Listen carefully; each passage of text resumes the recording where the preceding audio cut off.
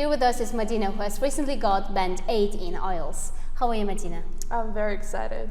Now, without further delay, let's get on with the questions, shall we? Let's go. Okay, my first question for you is, among many other English proficiency tests, why did you decide to take IELTS? In other words, how important is this certificate in achieving your further goals? Well, I decided to take this particular test, first of all, because IELTS is an international exam, which means the certificate is accepted in many different countries all over the world. And since initially I was planning to study somewhere abroad, as everybody knows, IELTS certificate is one of the major requirements in those universities where the educational process takes place in English language. So my next question for you is, which of the following factors do you think plays a bigger role in reaching one's goals? They are efficiency, confidence, consistency, and creativity, and why? Honestly, I think it really depends on what kind of goals the person is chasing, because for different purposes, we would need completely different set of personality traits, let's say. But talking from my own experience, I can note that consistency tends to play a bigger role when it comes to reaching our goals, because you can be very efficient, you can be very confident about your skills and your knowledge, and you can be very creative about the ideas how to achieve your goals. But if you are not consistent, if you don't have a set up routine that you can easily follow, it's not gonna bring you success. Which brings me to my next question. Which of these qualities do you personally possess, and to what extent do you think it contributed to your achievement?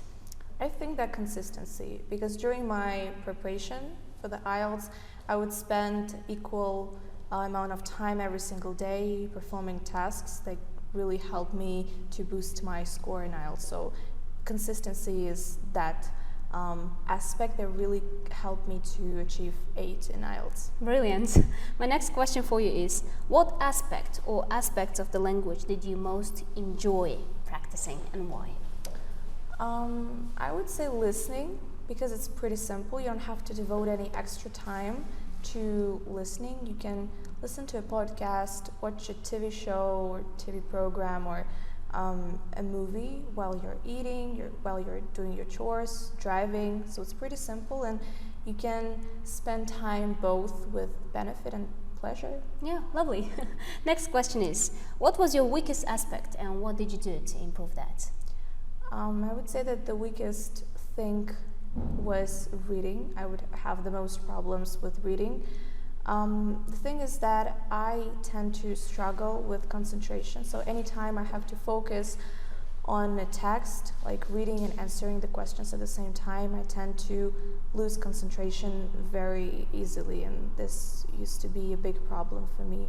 In order to fix that, I was just trying to read as much as possible. I would devote like around 2 hours daily to reading. I was reading news, some scientific articles, and I think this really helped me, because during the practice test I noticed that I feel much more confident and comfortable working with unfamiliar texts. Like, you achieved wonderful results in each section, like including reading, listening, speaking, and writing. But what I was really impressed by was your writing achievement. That was 7.5, yeah. Right? Yes. Everybody is excited to find out how you got that. So I have a question regarding that. So there are 4 assessment criteria that examiners use to award a band score for writing. They are task achievement for task 1, task response for task 2, coherence and cohesion, lexical resource, and grammatical range and accuracy. Which of these did you work on the most to get this achievement?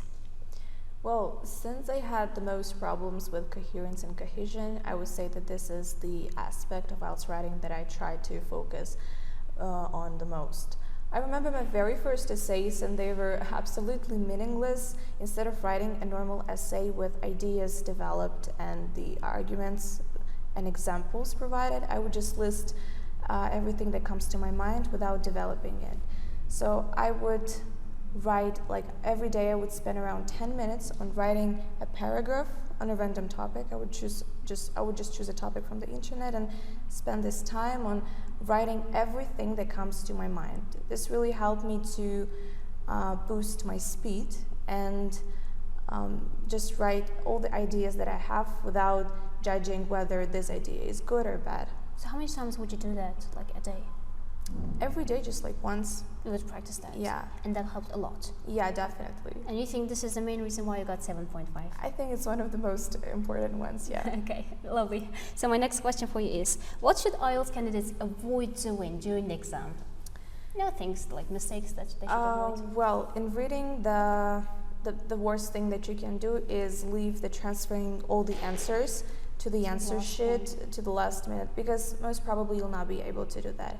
And even if you manage to copy the answers, there's a high possibility that you have a lot of spelling mistakes. You should consider that.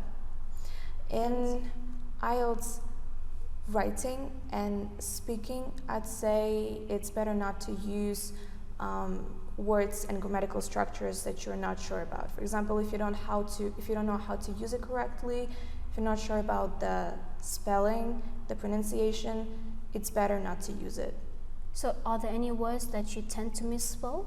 Yeah, I have problems with words quiet, and quit. Quite, quiet, and quit. I always mess up with the spelling. And you avoid using them? Yeah, I try to. Any other?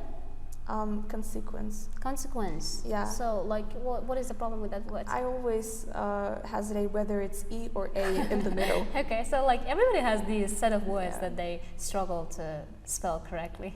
So you should avoid doing that if you're not sure how to use that. Yeah, and another thing, which is probably the most important one, is you should definitely avoid drinking too much water before the exam. Why has nobody told me that before? It's like, it's the real thing, because the rules are very strict and you'll not be allowed to leave the test room during the last 10 minutes of the test in each section and in between sections as well. So IELTS candidates must consider that. Yeah, I learned that the hard way. Avoid drinking water. Yeah. So my last but not least question is, could you tell us the most important lessons that you learned from your teachers? So from my teachers here at English with Tim, I learned a lot of things about each section. In listening, for example, I was told that instead of like while you're trying to answer questions, while you're answering to multiple choice questions in IELTS listening, you should cross out the options which are not correct. So while you're listening to the audio, you just think, you just analyze, and if you understand that it's not correct, that it's the wrong one, you just cross it out, so you'll no longer pay attention to that, and it's not going to distract you anymore. And focus on the answers that are close to the correct answer. On what's left, and try to figure out which one is correct. That's an invaluable piece of advice, actually. Yeah, in IELTS reading, it's the worst. It's like the worst idea to try to spend too much time on a single question. If you're not sure about the answer, just skip it and move on, because you're going to lose a lot of time, and at the end you'll probably not be able to finish everything, which means your score will decrease, obviously. Thank you very much for your explicit answers. It was a pleasure to have you here today. Thank you so much. I definitely enjoy sharing my experience with you and with the audience. And I do hope that they found the video worthwhile. If you have more questions for Medina, you can leave your questions in the comment section. Thank you for being with us today. See you next time.